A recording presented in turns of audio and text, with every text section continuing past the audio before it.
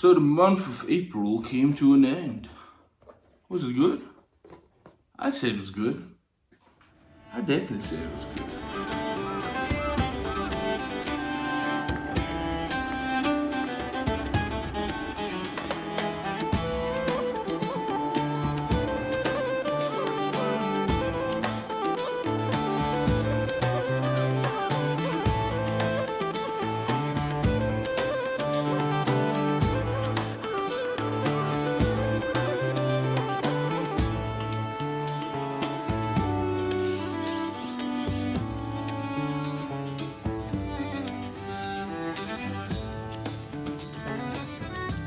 Ladies and gentlemen, miscreants, modifiers, welcome to another wrap up of the month, this time for April 2026. Yeah, the time is flying. No, it's not flying, it's going normal pace as always. I can't believe a third of the year is already over. I can believe it. I can believe it. It's how time works. Time goes by. If it feels fast, it's because you're busy. If it doesn't feel fast, it's because you're not busy or you're doing something you don't like. Either way, never complain about time feeling too fast. No, bad news. It doesn't. It's an illusion created in your brain because you are an illuser. How funny is that? And listen, last wrap up of the month went an hour and a half. This one's probably also gonna go a bit long. So let's just start. Let's get into it before we lose control. Too fast. So, first of all, as always, we start with the comic books and manga. First, I picked up a manga, Vinland Saga, Book 2. Hola, the chunkers. These are so beautiful though. These Vinland Saga hardback editions, I don't know, is that what you call them? Sure, let's say that's what you call them. Now, Vinland Saga Book 1 was my favorite comic or manga in the month of February. So this had a lot to live up to. Did it? Do you think it did? What do you think? Do you think this lived up to the Book 1? Because Book 1 as well, that blew my mind. I could not believe it. So what about this one? Well, it just continued the trend, right? It continued the trend. It broadened the world a little bit. It introduced some new, crazy, interesting characters. And it took our characters that we already loved so much from Facebook, or found so interesting, and just broadened them even more, making them more fascinating. I know I said Askelan was such an interesting character after I finished the first book. No, Askelan is way more. He's a very interesting character. He's just getting more fascinating, interesting. These two characters, especially this one, and I won't reveal who that is. You learn through it. Fascinating, interesting. We just had an earthquake here, don't worry about it. That's why the camera shook. Don't worry about it. It wasn't me. I'm not so heavy that whenever I touch something, the world shakes. It's an earthquake, okay? Calm down. Stop accusing me of everything, okay? Vinland Saga is just that. At this point, it's manga. It just hits everything. It's like epic and emotional, horrific and strangely beautiful in the horrificness of it. The art, and I also just this is my favorite art I've seen so far in a manga. Like just to give an idea there. Look at that. From Makoto Yukamura. I should have said his name from the start. Sorry about that, Makoto Yukamura. Now, this is definitely something special. No, the character of Torkel, I'm not sure that. He's a giant guy. He's a giant guy that loves war, and they make him fascinating, interesting, and the developments. I mean, it just keeps going. And I have a priest in here, like a priest that drinks way too much. Love it. Fascinating character, and like, man. And it doesn't shy away from the brutality. This is not some kind of like fairy tale about how the Vikings. No, it never shies away from the blatant brutality that was there. There's like a thing very early on It's like, yeah, it's about a sort of, and it's played off the way they would play it off. Like the people that are perpetrating this heinous thing just think like, man, this is just something we do, right? This is just something we do. It's like they don't even blink at this. Everybody just kind of accepts it. Even the ones that don't like it, they kind of just live with it. But man, the world just keeps expanding, becoming more fascinating. The characters become more intriguing. And there's a character introduced in the very last chapter. And the arc that character just takes in that single chapter. Like, I'm very curious to see what they're gonna do with this character. Because it looks that could be a new favorite. That could quickly become a new favorite character. Fascinating, interesting. Vinland Saga, just crushing it as always. England at war, what a great, that's like England at war. Yeah, that's true. That is what it. This is England at war. And it's marching and it's yeah. It is what Vinland Saga does. It does the big bombastic perfectly, but then it also gives you that small emotional moment and character development. The notes, it hits every note exactly as it needs to. That's just acceptable. I mean, this is the thing that Vikings were always like, yeah, it's fine. I'm not that interested in the Vikings. They were unlike, I'm more interested in the Mongols or even the Roman Empire. Just shut up. I don't think about the whole Roman Empire, whatever, every time, every hour, whatever. No, I think more about the Mongols. Honestly. So they were never the most interesting for me, and this is starting to make them one of the most interesting and fascinating things to learn about and find out more about. And I think this is going to end up making me want to read like John Gwynn's work, because I know it also takes a lot from, it's fancy that takes a lot from the Vikings and stuff. The Danes. Cannot express how much. Just awesome, okay? Get it up, pick it up, enjoy it. Bonkel, awesome. Thorfinn, awesome. Great battle again. Canute, interesting. Torkel, woo. I mean, just bombastic. No, so that was Vinland Saga. So what did I pick up? A comic book, of course. So the first comic I picked up was Jupiter's Legacy Book 2. Following up from in March when I read Jupiter's Legacy Book 1. There it is. And this book, it delivered on everything the first book set up. I don't know why they're called books though. Why are they not called volumes? They're so short. They shouldn't be a book, right? But I'm fine. They call them books if that's what they want to do.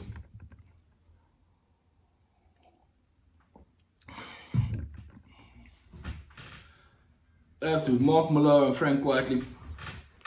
This is at the moment my favorite Mark Millar work. This delivers on everything the first book set up. And it does it in great, bombastic and interesting and horrific Mark Millar style. Amazing and like character developments, twists and turns. You just love it. I'll give him this. He does know how to pack a lot into a contained story. And instead of just sprawling it out forever, just okay. Now we're gonna have a finish here to the story at this point. Really well done. Sticking the landing. Sticking the landing. So what is it about? It continues kind of the thing about okay. It is like this alternative universe of what. Okay, but the superheroes.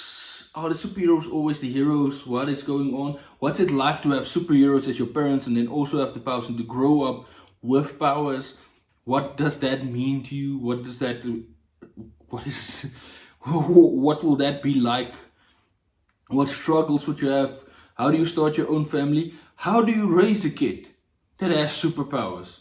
All this playing on the backdrop of just like authoritarianism taking over. What will superheroes actually do if they were here and stuff like that?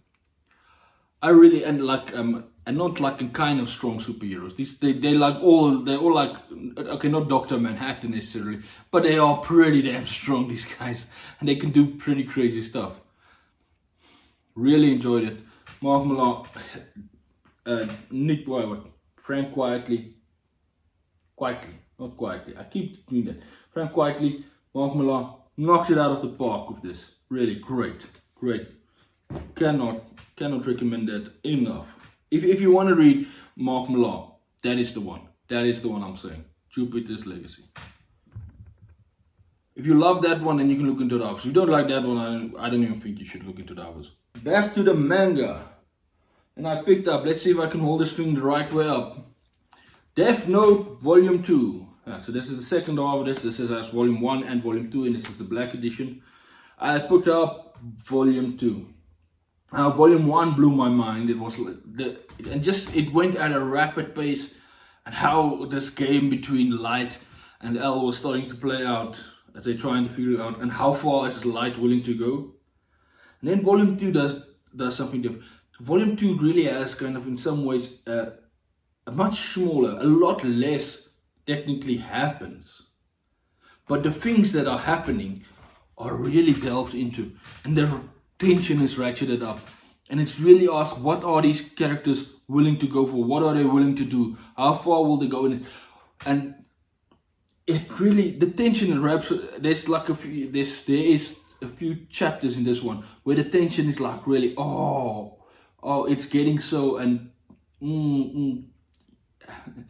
and then what is fascinating is one of the things it definitely explores is how far Light will go, but it doesn't even explore it. It's like, no, this guy will lead. I mean, it's not even a spoiler. It's just to see.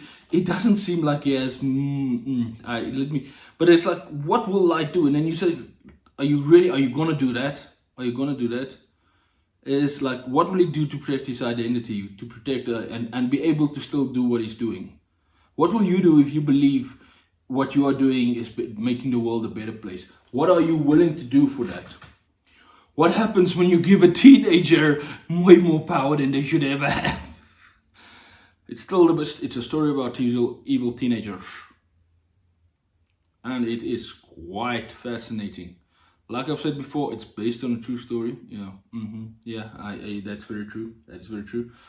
And it's like the most horrifying true story ever. But it's also not surprising because it's teenagers, and teenagers will do awful stuff. Yeah. I will say, so Volume 1 I will say was for me better than Volume 2 because it had so much more going on at a rapid pace. But I like what it's doing. They're slowing it down, building the tension, really delving into the characters and what they are willing to do, and what are they planning, how are they trying to outmaneuver each other, outfigure each other. And what do they miss? And it ends obviously on a real tension cliffhanger type of thing, like so we're here now. You can see how they're getting like, the two guys are getting closer and closer to each other, like the L getting closer to Light getting closer to L in this kind of maneuver thing to get to each other. It is really good, and I cannot wait to continue with it. I expected it to slow down, but I thought I was gonna mind it more that it's starting to get slow. I'm not. I am enjoying actually that slow, deliberate. Let's explore this. Let's really get into these characters and what is gonna happen and what are they willing to do. So yeah, I know. Can't wait to continue with it. Death Note. Fascinating true story about how evil teenagers really are. And don't tell me I keep knocking on teenagers. I don't. I'm just telling the truth about it. That's all I'm doing. I'm just reporting the truth. It's not me going after teenagers. It's all facts. It is all facts. And it's been proven. They don't have a frontal lobe. You know that? They don't have a frontal lobe at all. People say, no, it's not well developed. No. They don't even have it. It hasn't even started yet. That's the thing. You go on and you're like 19 years old without a frontal lobe, then suddenly, bam, there's a frontal lobe. Science. Medical science. That's how it works. Don't believe me? I did my own research. Go do your own research then. but I know how to do my own research. You don't. That's the difference. So you don't do your own research. Just listen to me. I know what I'm talking about. Okay. Teenagers don't have frontal lobes. It just suddenly appears when you're 20 or 19. It just appears when you're 19 and grows till you're 20, and then you're done with it. Simple as that. I mean, don't say you never learned stuff yet. Look at how much you're learning already. Look at how much you are learning already. So next, I picked up another comic book. And this is also a follow-up from a comic book, which the first volume I read in the month of March. Second volume I read in the month of April. Doom Patrol, Doom Patrol, Doom Patrol. Nada. Volume 2 called Nada by Gerard Way and Nick Barrington. Is it crazy? Is it insane? Yes. Yes, that is basically Doom Patrol for you. That is Doom Patrol. It is not as fractured as the first one, where the first one threw in a lot of different lines. This one are more. It starts little like more. The first chapter is a self-contained story, and even the last chapter is a self-contained story. Then the 4 in the middle, if you know what 4 is and what the middle is and what that refers to, I know the stuff is stuff for you guys to understand. Sometimes with that, the 4 chapters in the middle tells the single story, and there it starts to fracture, but. I love this so much, and I did actually like this more than the first one. There's a character in here, and let's call him an antagonist. That was so awesome and fascinating and interesting. I don't want to say much about him, but yeah. I loved him, and the concept of what was going on, and I love how there's like, I think I can read this thing 3 or 4 times, and I'm like, okay, now I kind of understand exactly what's going on. But it's more like you're going for the ride. You don't need to understand everything. You're going for a ride. Enjoy the ride. It is crazy. It's hectic. It's Doom Patrol. It is fun. It is some few things are just more blatant fun than Doom Patrol. It's a crazy ride, a crazy fun ride, and you should just go on it. The characters are great. We get Mr. Nobody shows up. Awesome character. Love Mr. Nobody. I loved him from the show as well. And then the other guy that I don't even want to talk about him. I don't even want to show, because I even feel like showing an image of him is a spoiler. But he's like the big bad to some degree, can you say it, in the Nada storyline. And I loved what they did with him and how fascinating he is. And there just was times in here like I broke myself. That was so funny. I want to read this. This is just one thing. I don't think this will be a spoiler.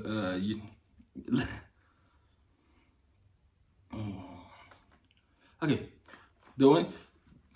You're a monster who controls people's lives. We are not a game. And then the person this is being said to replies, Didn't you have sex with your cat? Yeah, I don't think we need to hear any more out of you. Didn't you have sex with your cat? Yeah, I don't think we need to hear any more out of you. I mean, that's, what the hell? It makes more sense when you read it. It's less cringy and makes way more sense when you're reading it. But it's so fun, and it just killed me. I was like, yeah, no, yes, well, that's brilliant. That's just brilliant setup, punchline, but it's funny. Doom Patrol, guys, the Jared Way. This was great. I feel like I want to get into the Umbrella Academy. I want to get into more Jared Way, and I mean, the Umbrella Academy is what he's best known for, right? I want to get into that, read it. I did kind of like the show, so I think I would really like the comic run. This has really made me, I was a fan of Jared Way's music. The Black Parade is still probably my favorite album of all time. CD, I don't know, you can call it an album. I loved the Black Parade. But yeah, now I'm really a big fan of his writing as well. From there, we went back to manga. Yeah, there's a lot, I got through a lot, A lot of mangas and comics. Hey, and it was, no surprise to anybody, One Piece, Volume 3, that one, with Rono Zolo on it. One Piece Volume 3. One One Piece Volume 3. One Piece Volume 3. So yeah, this is the one where we go, yeah. We finish up with Buggy the Clown, which is awesome. I love that. I love where they go. We go on a small detour adventure that is really fun. I wouldn't spoil it for you. And I'll get into it now. And then we finish up by meeting the dread pirate Usopp, one of the most scariest and evil characters you will ever meet in all of literature. The dread pirate. I mean, he's even called the dread pirate Usopp. Scary stuff. Scary stuff. Let me tell you. But I say, what was fascinating, what was surprised me, there is an event here, there's a chapter in here that, because this part of the anime I still watched, but there's a chapter in here that apparently in the anime it shows up only after Volume 3's events and some of the other events. And I guess even the events of Volume 4. But here it shows up before, where they just take like a small, it's like a small adventure on a small island that they just discover with an interesting animal life and an interesting person. I enjoy. That was the first time I got to read something from Oda that I haven't seen in anime form before. And I love that story so much. And it's like, I can't wait to get past the stuff that I kind of already know about to get to the new stuff.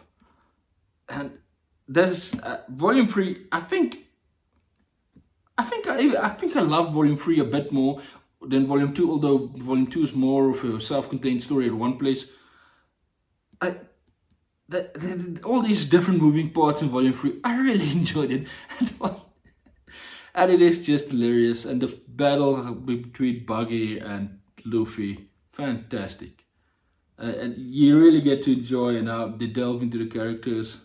Saying, yeah, I mean, am I surprised that I can't even think. I don't think there was anything that bored me in this one. I really just enjoyed it. And I mean, I was kind of scared because there are characters that really was the reason I stopped watching the anime. The way they prolonged that. But I can already tell you, we're going way faster than the anime went through this stuff. And those characters are not bothering me at all. In fact, here I like them. Here I am enjoying the characters that made me stop watching the anime. And that's amazing. I love that. So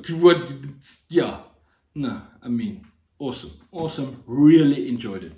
Pick it up. Enjoy Volume 3. So I am still happy in my One Piece journey. Then I actually had time for another comic book, although I did finish this technically on the 2nd of May, but I'm counting it for April, because I read most of it in April. This thing is so heavy.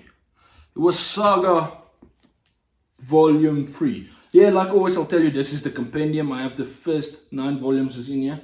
I read Volume 3 of Saga. Now, everybody knows my previous month. Everybody knows, I doubt it. You probably didn't watch. Previous month, my favorite, my comic is, what do you call it? My comic and manga of the month was Saga Volume 2. I loved it. Saga is just, so could they keep it going? Could they keep it going with Volume 3? Guys, yes they could. Not only that, I think it got a little better. And even getting it a little better is amazing.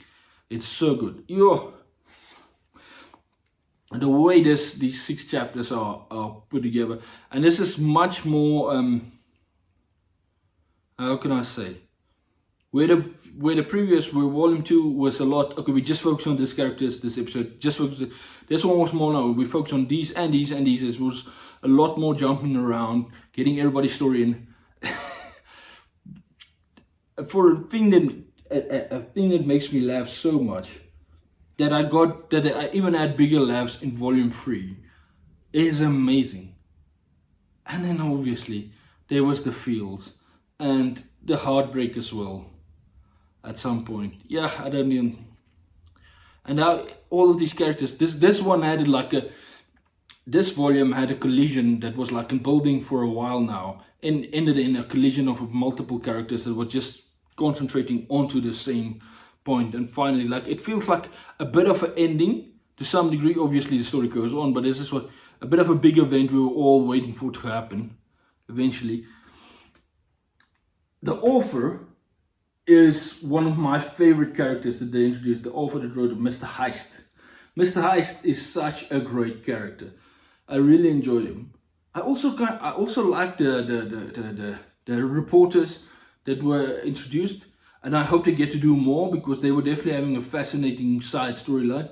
I can't wait to see where it goes to. But really, this was the show of the other ones. Prince Robot 4, The Will, Gwendolyn, the Soph. Oh, that might be a spoiler. Let me not say the little girl, the slave girl, lion cat or honest cat, whatever you want to call him. Marco's mother-in-law, Alana. Alana is now officially my main crush, my the biggest fictional crush I have on any is Alana. She is just awesome. She's not perfect, not even close, but she's fascinating. You see she has a big heart, even though she was part of war. Things happen in war. And she's just like Marco, she is troubled. These characters are troubled, but you can't help rooting for them. And you can't see that they are actually good with all their flaws.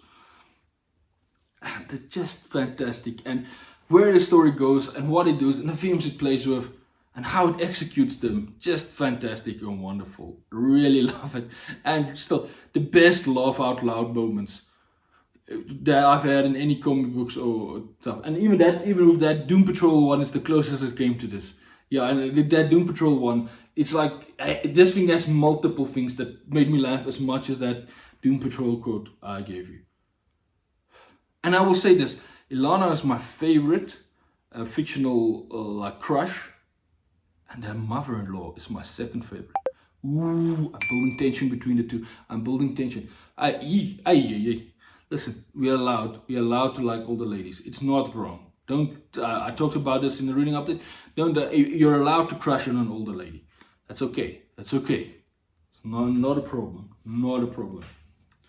Now it's like this is the thing that gives, like, each of these volumes of Saga seems to be able to deliver. It delivers the excitement, the brilliant moments, the laughter, the joy, the sadness, the feels, the horror. It delivers all of it, and that it's such a. It gives it in many ways. Yeah, I don't even know. It feels like it gives.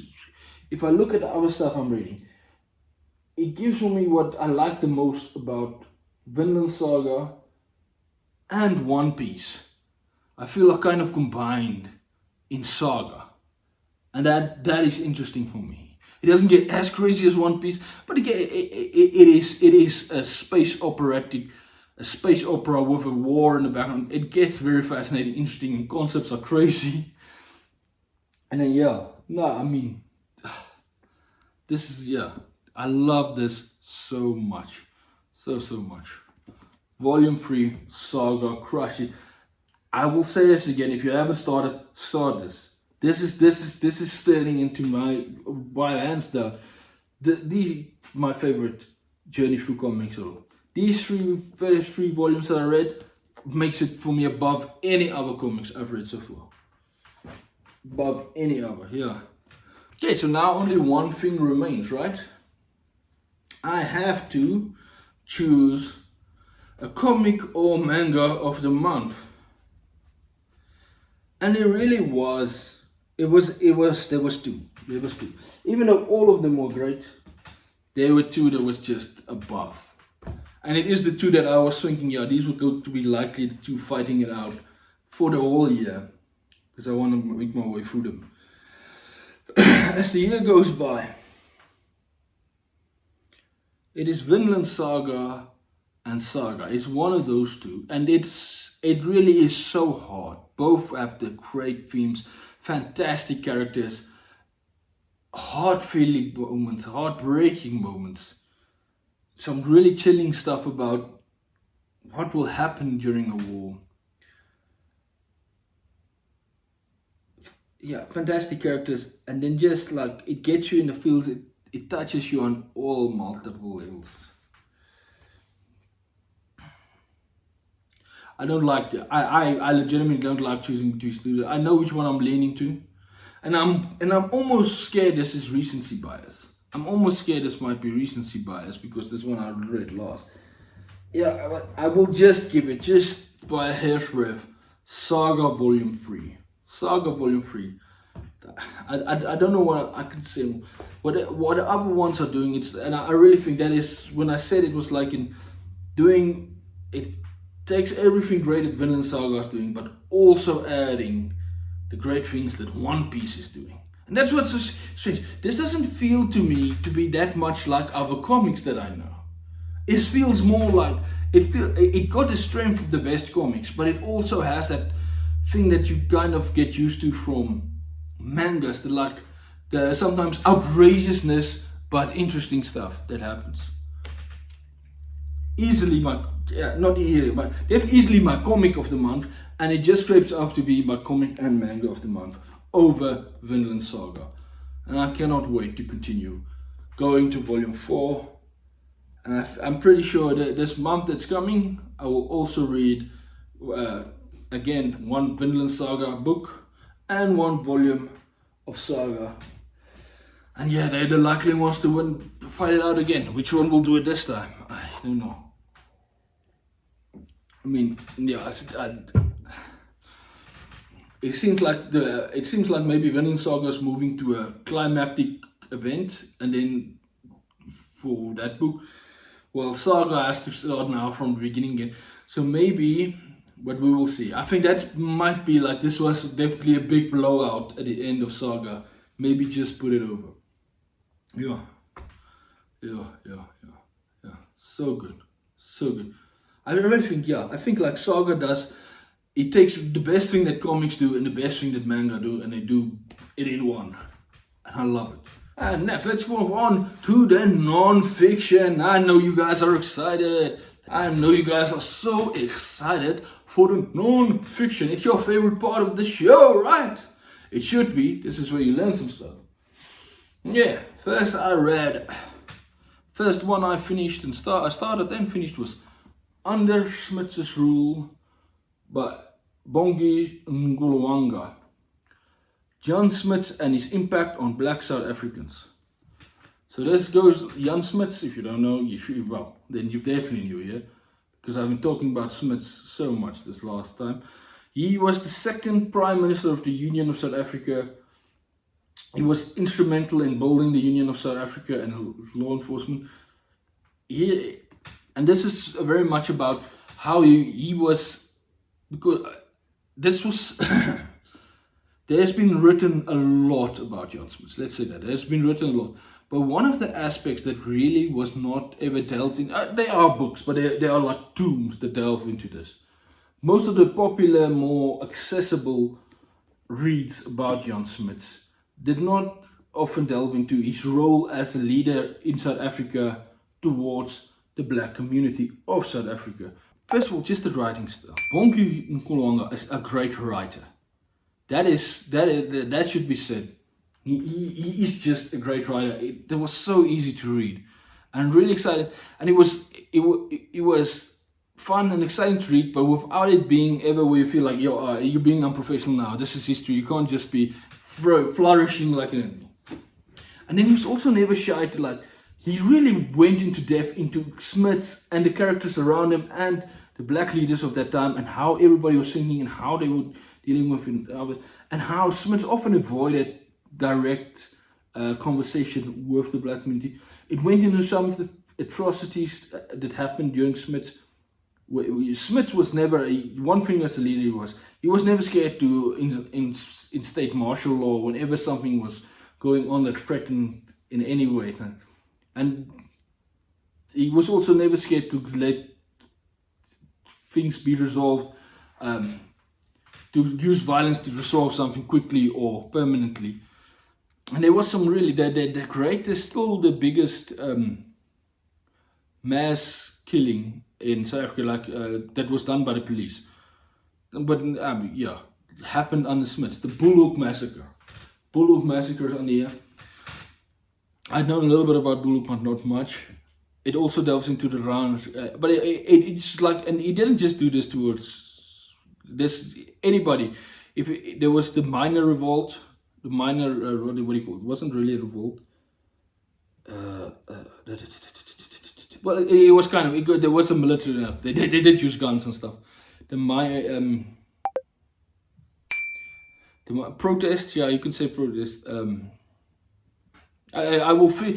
You know what? I'm not even going to try and find the word. It's there. I will if I remember it, I'll type it down below, or I'll get my idiotic editor to put it in. The editor is a damn fool. I don't like him. But yeah, fine. Very well written. And it really delves into the characters and how confusing and complicated, and how Smuts' views changed over time. Where he started as a staunch separatist, and where it went to like he was against separatism, but he never always. It was interesting because he would employ people that would be even considered on the liberal side today to something, or at least centrist today, if not outright liberals. Yet he never got there. There were people that wanted to give at least some form of franchise and some form of voting to the native community into South Africa. Smuts never agreed to that. Never, not even did. But yet he hired the guy. The guy he was hiring to follow him up did believe that, and he wanted to do that. And Smuts knew he wanted to do. So did Smuts actually believe that, or he just didn't want to do it then, or what?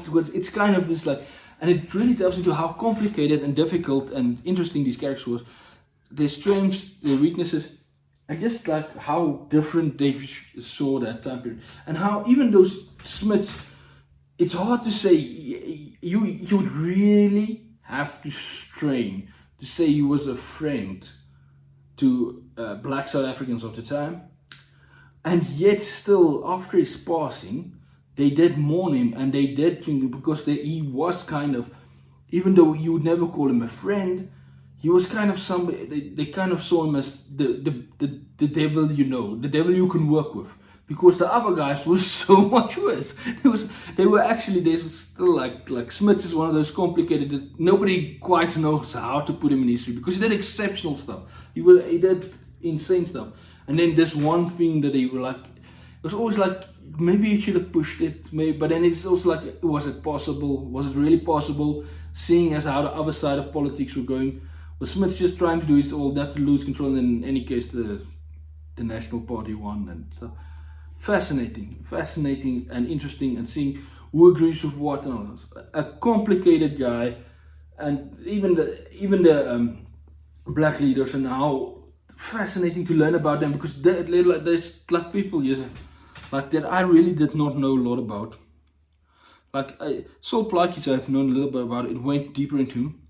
A.B. Zuma, I did not know anything about before this book. I didn't. And learning about him and who he was and what his role was, and fascinating. Really just well done. And Bongi never likes to he's never going to try and give you an answer and make it easy. No, he said, let me show you how complicated and confusing it is, and that it's hard, and this is the sources we work with, and it's hard to know exactly what to make of any of these things, but people were complicated, confusing, and it's almost like a very interesting character studies, with Smuts being the major character study. Like, why did he say that? Why, what, and how he changed. It's like a strange. It feels almost at times, even though it almost feels at times like a fictional story with a character arc and seeing how it goes. Really, really interesting. No, I will recommend this book. This is still the best book I've read on Jan Smuts. I will say this. And this is, especially if it just focuses on Jan Smuts, really pick this up. If you want to learn more about like early South Africa, Union of South Africa stuff, and what it was like there, and even for everybody, because this has a good show of showing how the lives were for everybody in South Africa. Really great. And all the strange power dynamics and weird stuff that was going on, and policies, crazy policies. No, if you want to know about early South Africa, this is one of the best. Early Union of South Africa stuff. This is, I will say, this is the best book I've read on that subject. And the fact they focus around Smuts, who was such a pivotal character in that, great. Okay, after that I picked up something that went great along with this because it was delving into a lot of the same stuff in the same era and the same place, but just on a different subject. Jan Smuts and the First World War. So Louis Botha was the first Prime Minister of the Union of South Africa. Smuts was his deputy. And revolves a lot about things that just like leading up to the First World War out and what was South Africa's role, delves into the rebellion, delves into the conquest of German Southwest Africa, delves into the battling in East Africa, goes into South Africans' role on the Western Front. Really a bit more academically written than Bonging Nawat. This is written by Antonio Garcia and Ian van der Wag. It's very much to be a compendium to military history, or to be part of like military history. Well written, very dense. I would not recommend starting this book. Really assumes you know a lot about Smuts already. Definitely, you should at least read like in the Richard Stein's biography about Jan Smuts, and maybe a couple of other stuff, just because they're throwing a lot of names and they are assuming you understand. So I would not recommend this as a first one, but if you've read about Smuts in that time and you want to learn a bit more specific about the First World War, this is a great book to read. And what I also liked is I've not read any book that really does. Louis Botha was always a side character in most of the books I've read because it's about Smuts. This one really delves a lot into Louis Botha, and he was a fascinating, interesting guy. And you could see why Smuts liked him and how these two were so very different, and the problems they had, but also the amazing. They were military politicians. They were really good military leaders. Became the leaders of a country. Yeah. Is it really? You want some attention now? No, sweet. I'm not giving you. No, he doesn't want attention. He just wanted to walk under the chair. He just wants to say, "Hi, I'm here. Let me go under the chair." There's two cats now there because they were in the room. Now they're there standing, playing with each other. Yo. No, let's film this a bit. Those two. You see that? Look at them. That's Miss Attitude there. Let me see if I can. You can't swap this thing around, right? In the middle. No. I hope I get there. That's Miss Attitude. This one's called Sweet. Hey, what are you doing to the bookcase? What are you doing to the bookcase? No. They're in here. I guess they want to go out now. Let me finish up with this book and then I will open up for you guys, okay? I'm almost done with this book, and then I will kick them out. I will kick out the cats. I love them. They're awesome.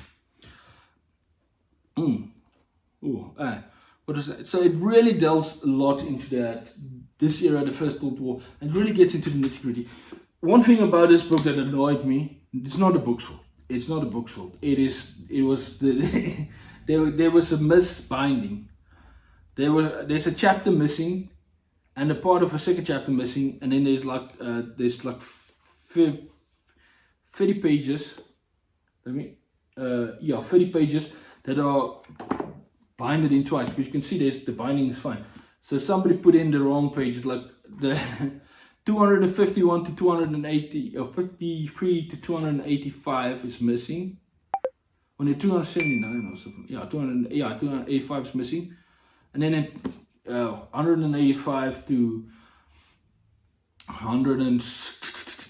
216 shows up twice. That was annoying.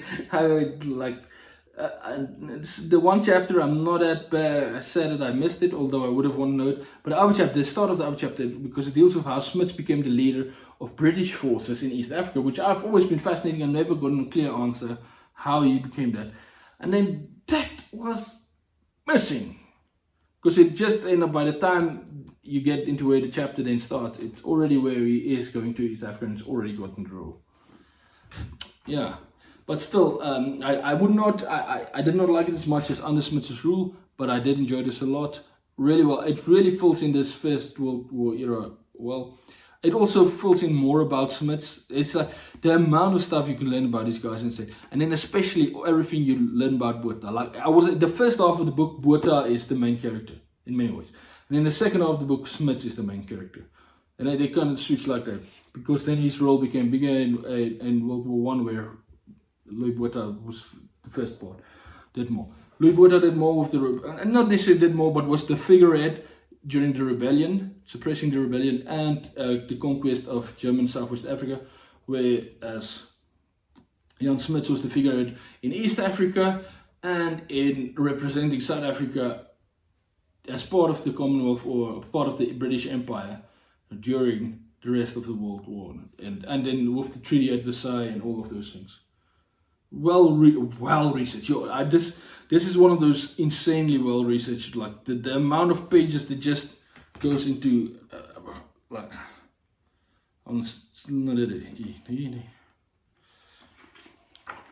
like just this amount is all just referencing pages. I can allow from 281. No, that's not right. Yeah, 281 to sure.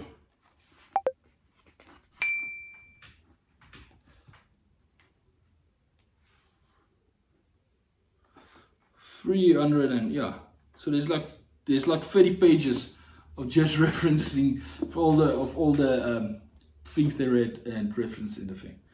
Yeah, of a source list, whatever you call it. Really great. And now, done with that, let's get rid of the cats. In a good way, in a friendly way. Hey, Russell, go sweet.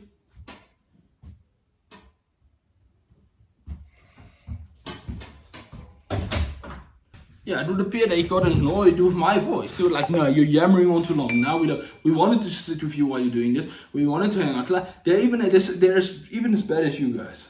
They're just like, no, why you keep going on about a non-fiction? We don't want to hear about non-fiction. We're gonna leave. I'm not impressed. Not impressed. So let's move on. Let's move on to the Mundane Fiction. Mundane Fiction. First one that I finished, picked up and finished, very small book. Jan Steinbeck, Canary Row. Now this is not the most popular Jan Steinbeck book. Usually East of Eden is the one that always comes up. Of Mice and Men, Grapes of Wrath, those are the ones you seem to hear about all the time. The only person I've ever heard referencing this one, Canary Row, was Steven Erikson. And Steven Erikson was also of the opinion that, yeah, you should definitely read this if you want to see like descriptions and stuff. The vivid descriptions that Jan Steinbeck uses in this. And Steven Erikson was not lying, which I'm a big surprise there. It's from the beginning. It's clear how fascinating, interesting. It feels like it does the James Joyce thing of like this exceptional, vivid, and unique way of illustrating something like through words, to bring this image up. But it doesn't do that in the way where you're like, wait a minute, what is he talking about? No, you know exactly what he's talking about. You know exactly what he's referring to. But it gives it this magical element in it. The descriptions are fascinating and interesting. Steinbeck is an amazing writer. And if this is the book that's not even that famous by him, like, how good are those others? Because this is exceptional. It is exceptional. It was such a treat to read. I was flying through this. I almost, there was a times that I didn't even want to pick up some of the other stuff because I was so interested in what happened here. The characters in here, Doc, great character. Mac and the boys, Lee Chong, the way he goes into the characters, and it's a small story about this place, Canary Row, in Monterey, California. If you don't know where Canary Row is, it's in Monterey, California. All the characters are so, and it's kind of like, yeah, it's characters on the periphery of society in many ways, but endearing and wonderful. It is in many ways. It is such a sweet story, and the events that they did. I really enjoy the events. It is also funny. The characters can be adorable and a pain in your ass at something. Like, yeah, you idiots. You're being idiots now. It feels like almost this magical world you enter in, even though it's based on a real place, based on real kind of characters, I guess. And the fascinating and the interesting things that were going on. a wonderful, wonderful. The I can't even remember her name, but there's like the adult entertainment house. Or we're gonna call it that.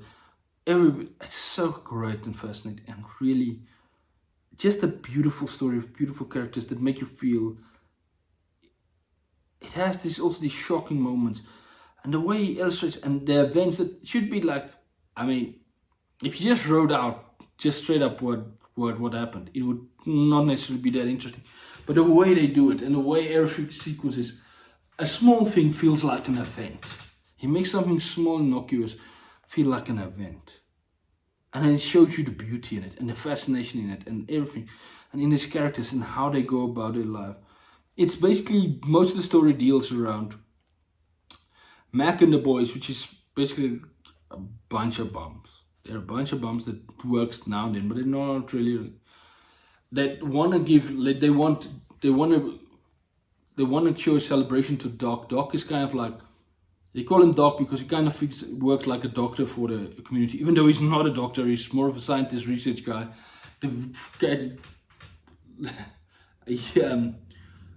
Yeah, and it's kind of like, he's got a bunch of stuff like, but Doc is just the nicest guy, and they want to have a party for Doc because he's such a nice guy and go on an adventure. And now they have to get the stuff to be the party, so they have to go do some work. Now they get everybody in, how the whole community comes around this, but how it also falls apart at times and then comes back together, and like it takes twists and turns you wouldn't expect. Really great, really beautiful, even funny in the lyrics at times. Beautiful characters, sad, poignant, vivid, even quite shocking at times. Characters fascinating, interesting.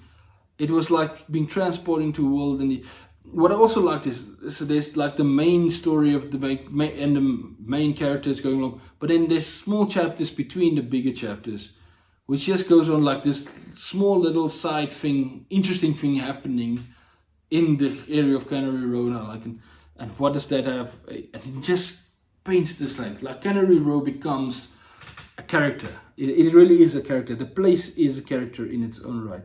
It feels almost like an organism. Canary Row feels like an organism, and everybody has a role. That all the people that live there is like either an organ or a cell or like a parasite or a blood vessel that all goes into what is this organism, whether it's good for the organism, bad for the organism, and how that. If this is one of Steinbeck's lesser known work, I really could not wait to read it. It blew my mind. I would highly advise it, and it's such a quick read and fascinating. But he packs so much into this. Don't think it, and then there are such fun and joyous events that make you laugh, enjoy some. And I don't want to talk too much about any of them, but it is so much fun just because it's like they offered something you won't definitely not expecting, just suddenly stumbles into the thing, and man, it leaves you. There is like often it leaves you dreading, and then at times it leaves you with a real warm feeling. So I ended up feeling a really warm feeling at the end of this, even though I wouldn't say it's necessarily a fully happy story. But I would recommend this so highly.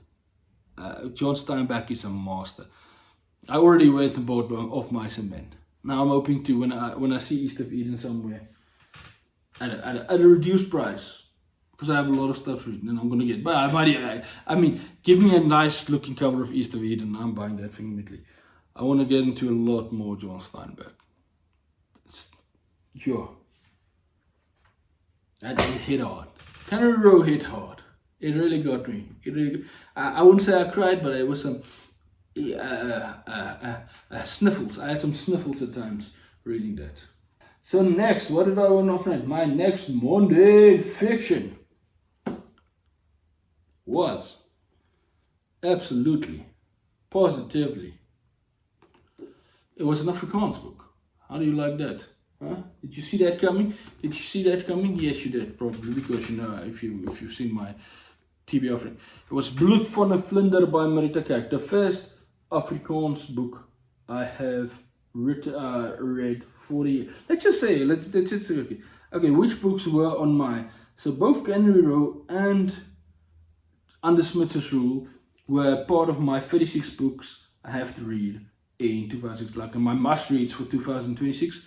Both Canary Row. This is, I also have a thing where I have to read at least 12 fiction books from South African authors. So this one counted to that, so I have to kind of read one a month. This was that one for the month. And this is also the first Afrikaans fiction book I've read for the year. It is a thriller. It's a thriller book, like thriller with a thriller mystery book. So it's one of those, yeah. Oh, let's get, Marita Carrick is definitely a good writer. No doubt about that. She knows how to tell a story. She knows how to set up the story and go through. There is this thing in the beginning where there's like this teaser at the beginning, first 3 pages, that it's like an event that happens later on, and you go back and I'm like, you didn't have to put that. Yeah, that was not about, but I understand why you did. You want to build up suspense towards that, but I didn't think it was necessary. I think the characters and everything was good enough. It plays off at a hospital, Noorderberg in Cape. This I don't think there's an English version available of that, but I will say I think this should be translated because it really is a good mystery thriller. Like, and there's definitely descriptions. Her descriptions are quite well done and vivid.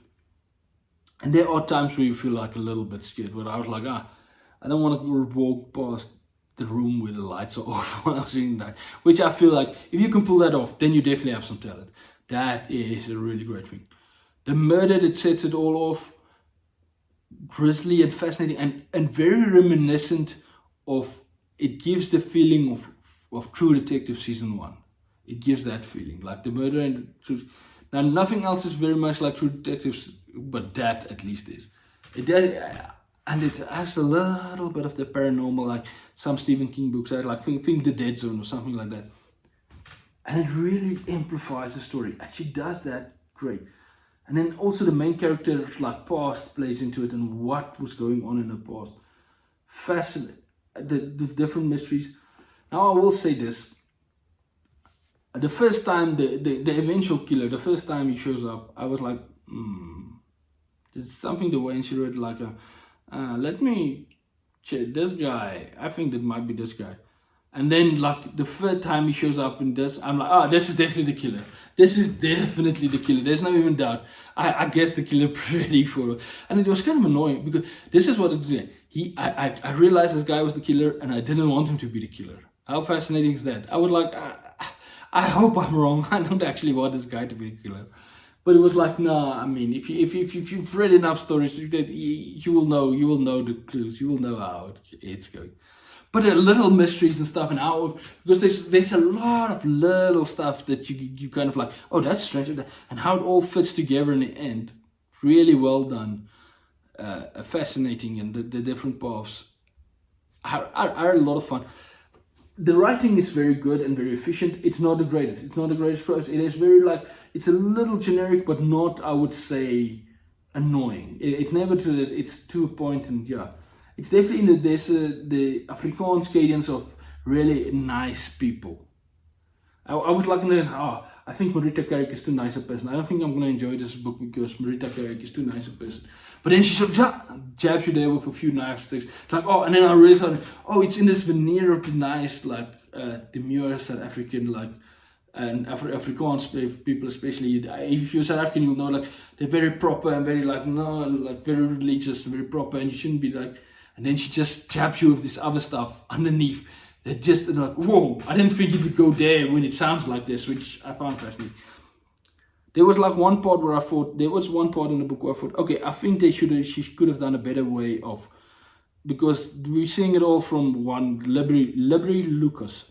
This is the main character. She's a nurse at Noorderberg in the, what do you call it, trauma ward. Which I will say, let's go into that part first. The stuff in the hospital, because Marita Carrick is also a nurse. Real life, and that stuff you can see, you can read it. This is somebody that's experienced the stuff and understands the stuff. It is so good and so vivid. That's like, it feels at times like a little bit of True Detective mixed in with some Grey's Anatomy, mixed in with some, I don't know, just some straight up murder mystery or classic murder mystery stuff, and a hint of Stephen King as well in there. So a lot of, and that stuff in the hospital, it really just does work. There was like sometimes, because we're only seeing from Blibber Lucas and she's not actually the detective, there was a few times that the contrivances to get her to a place where she can actually hear the next information. I felt, kick that. One specific one, how she found out that information and how she said so. I thought it could have been done in a more interesting way, but I mean, it felt for me like a little bit too far that she would be able to get away with that and do it, and it would play out like that. But beyond that, I really enjoyed it, and most of the stuff it made sense how they got there and everything. Oh, there's a cute bunny. There's a very cute bunny in this, and I enjoyed the bunny. There's bunny pet there. Oh, really cute. And then having this cute bunny in this with this sinister undertones going on, you're like, oh, this is gonna, I don't know. That I will say there were really moments that are like, yeah, that's kind of creepy. That's really creepy. That is disturbing me.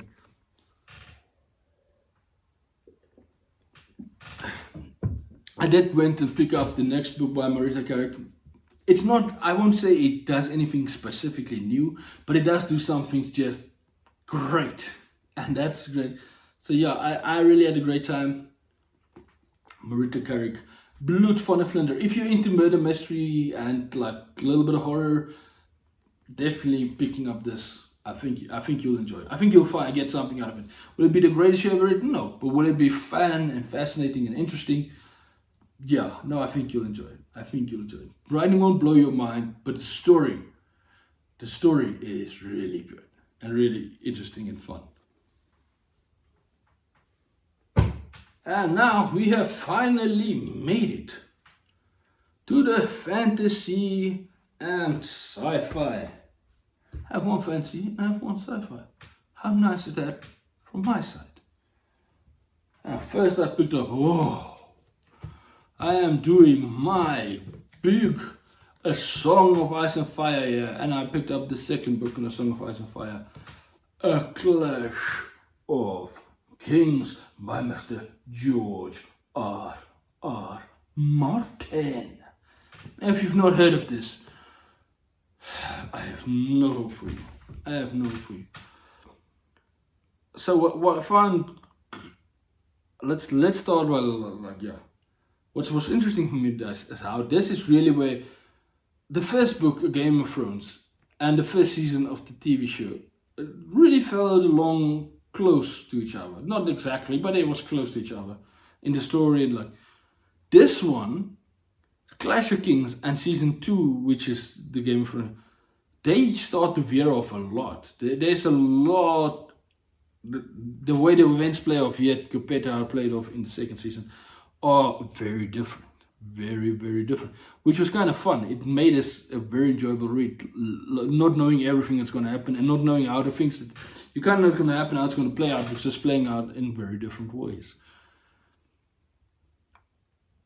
I will say, now the question is, do I prefer this over the first book? Do you think this? I do actually. And I think the thing that pushes this over is the two new points of views we get. It's from Davos and Theon.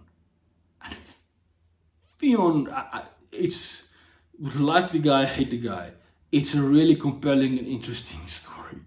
And yeah, and to see what happens to Theon as during this book, really, really interesting. And as for Davos might not necessarily, Davos is really kind of a stand-in, and he's a guy you like. You do like Davos, but it's the people he's around in that section. Like Stannis is such an interesting character. Melisandre, really fascinating, and just seeing that plot, and it gives so much more to the story. And then the other guys, like Tyrion is crushing it. Jon is having a fascinating time. Arya's storyline, that was so great in this, and it's so much more than what we got in the TV show. I really liked it. And then there's like characters you don't see a lot, but the moment they have like a moment on screen where they, because they're not a point of view character and you basically don't show up except for like one scene. But that scene where they show up, and you notice the character becomes way more important in the future. These characters just come off the page and they blow your mind. How George builds this, like, in all these pieces he puts, like, it, and it's slowly tick tick tick, and then tonight one falls over and this one because this one chopped them, and how it all builds up to the end. The speed at which you can read the George R. R. Martin book, because they're this thick boys, and yet I did it in, like, while I was reading other stuff, I still finished in like 20 days, right? It shouldn't be like, especially there at the end. I finished like the last 2 days. I read like 170 pages. I think maybe a little bit more on the last 2 days. And the last day was 70 pages because there was only 70 pages left. There was only 70 pages left. And that's just a master storytelling with great writing. Like, yeah, I really enjoy this. I'm starting to think maybe this show's problems, although it was still a good show at that point, maybe its problems started earlier than we think, because it was letting out, so many of the great things that were happening here was not showing up in the show. And they were clearly gonna have impacts later on, and now you can't follow those threads anymore. And I am having such a great time. It is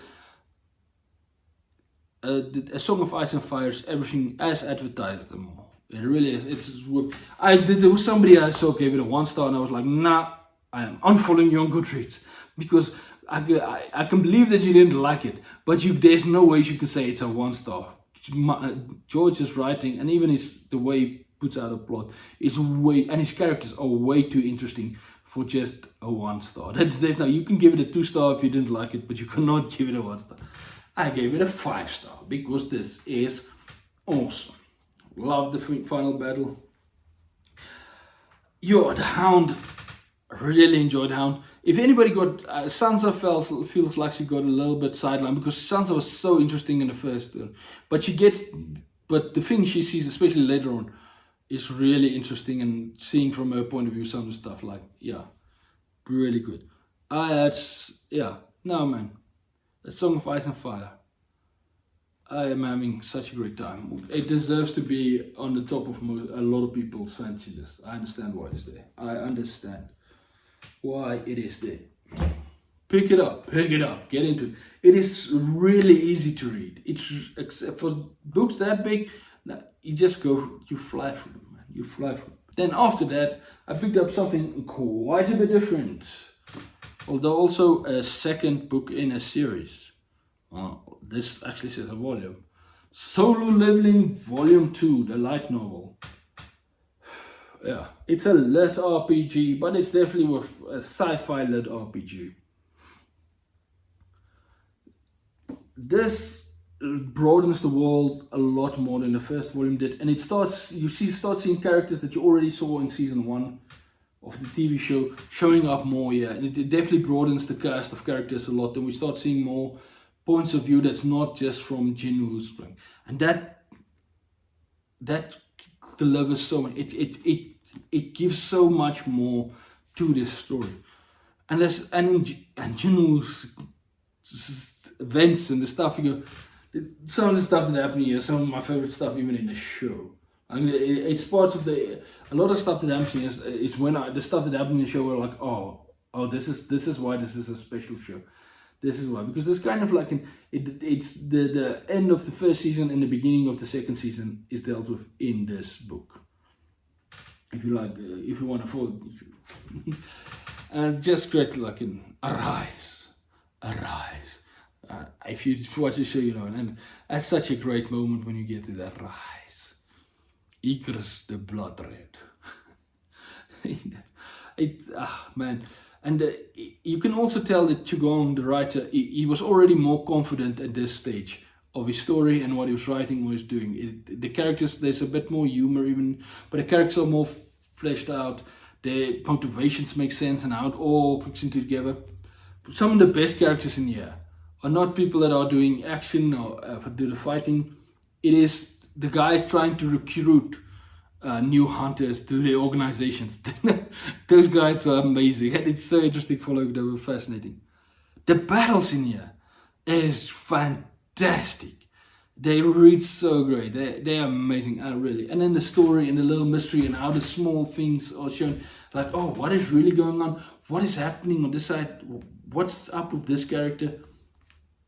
Pick this up. If you enjoy the TV show, you will enjoy these books. And it's strange because the TV show I do think is better than the books. But the books are really good. There's very little changes. There are some changes. There was one change. It's not a big change, but one of the events that play out in the book, in the show, compendium, it takes a lot. Actually, two of them take a lot longer in the book than in the show, and they were really interesting. And especially the last one. It's kind of the climax of this one. The way it played out compared to the show. This is one of the few things I prefer the book over how the show did it. Even though I really liked how the show did it. Nah, it really takes for me a big step up from volume 1, which I already liked. The writing becomes more engaging. And even though it's a translated work, which could always be risky, it really gets engaging and fascinating. Yeah, so I have to pick up volume 3 next, which I hopefully will do in the next month. Probably not in the next month, but a month after that, if not, yeah. But I'm planning on finishing the whole series this year. And I can't wait to get to the parts that's beyond the show. Beyond what we've seen in the first 2 seasons. And that will only be like midway through volume 4. I can't wait to get there. It's really just maybe one of the funnest things to read. I think a lot of people are going to be angry with me. I enjoyed this at least as much as Dungeon Crawler Call, if not a little bit more. So that's how much I enjoy this. That's how good I find it so fascinating. And the battles, the storyline, the events, the characters. I love it. Oh, we're already over an hour, quite a bit. But what do you want? I mean, I had a lot of reads, I have to give you some. So now the only thing that's left is my book of the month. I have to choose a book of the month from the 6 books I've read. Now, there's nothing I didn't enjoy, but I will say I will pick out with each of the 3 separate things. There was definitely a standout. So in the nonfiction, the standout was Under Smuts' Rule. Yeah, Under Smuts' Rule. It's definitely a standout. As for the fiction, the standout was undoubtedly Canary Row. Canary Row was standout.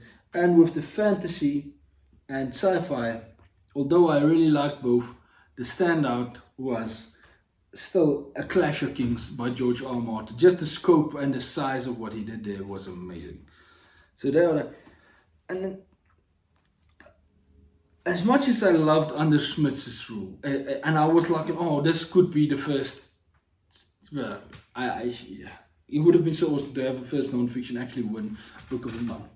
But unfortunately, it had a bit harsh competition. So then it comes down to this, the big epic with the great characters, or the small epic or the small with the great characters. And I end up, it has to be Canary Row ultimately, just squeaks it out. Like, I was like, there's characters in here that I will remember, the descriptions, the characters, the events of the story, the way it made me feel. This is my introduction to Jan Steinbeck, and I cannot wait to get into more Jan Steinbeck. An exceptional piece of work. How is this not one of his most? How good has the artwork to be that this one is not as well regarded as those? I cannot imagine. An exceptional, it is like, oh, I want to visit it. I want to go see this, and I know going to see it will never be able to live up to this. It felt like visiting a part of the world that is both familiar but not to you. Does that make sense? It's from you. You understand there's a place like this. You've seen it, but you've never experienced it, and you get to visit it in this book, and you get to see it. And where you might see something drabby and you get to see it in all its wonder of life and beauty, and you just how it could be. How there's one way to look at it, And then there's this way to look at it, and this is probably the right way. To find the magic in the small and little, and then even the magic in the magic. An exceptional book. The one that gave me like in the sniffles. The one book this month that gave me the sniffles. And there's like so many of the events here. There's a small thing like capturing frogs. Capturing frogs. You know how fascinating it is? The way it happens and the things that happen before that and everything that's part of that sequence that happens here. Exceptional. Yeah. I mean, I swear I'm getting a stomach cramp right now just thinking about how great this book was. I'm getting a stomach cramp. I don't know why I'm getting a stomach cramp. I can't think it's this book, but maybe it's actually this book taking me back to it.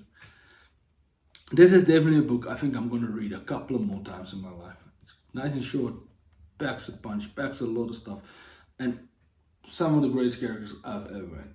Loved it so much. It had to be my book of the month.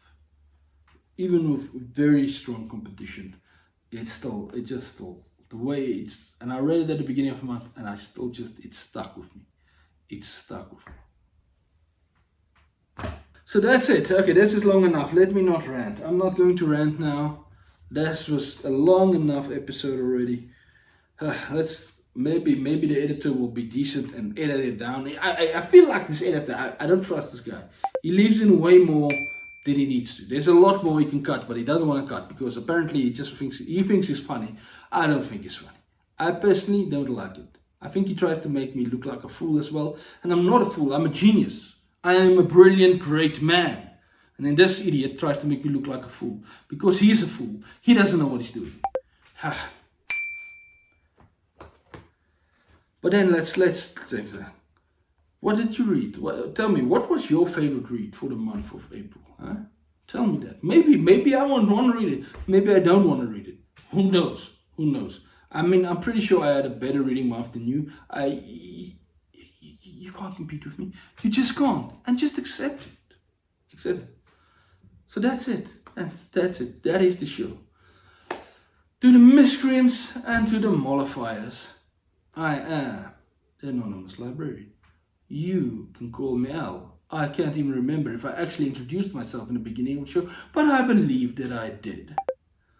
So comment down below, tell me what you're gonna read, tell me what you read in May. What was your favorite read in May? Are you reading some non-fiction? Are you getting your vegetables in? What is happening? And then I will see you next week. Do some reading.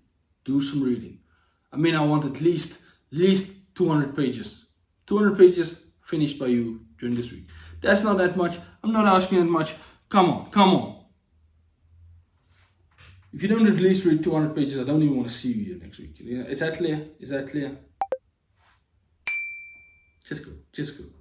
You just annoy me. I'm done with you. I am done.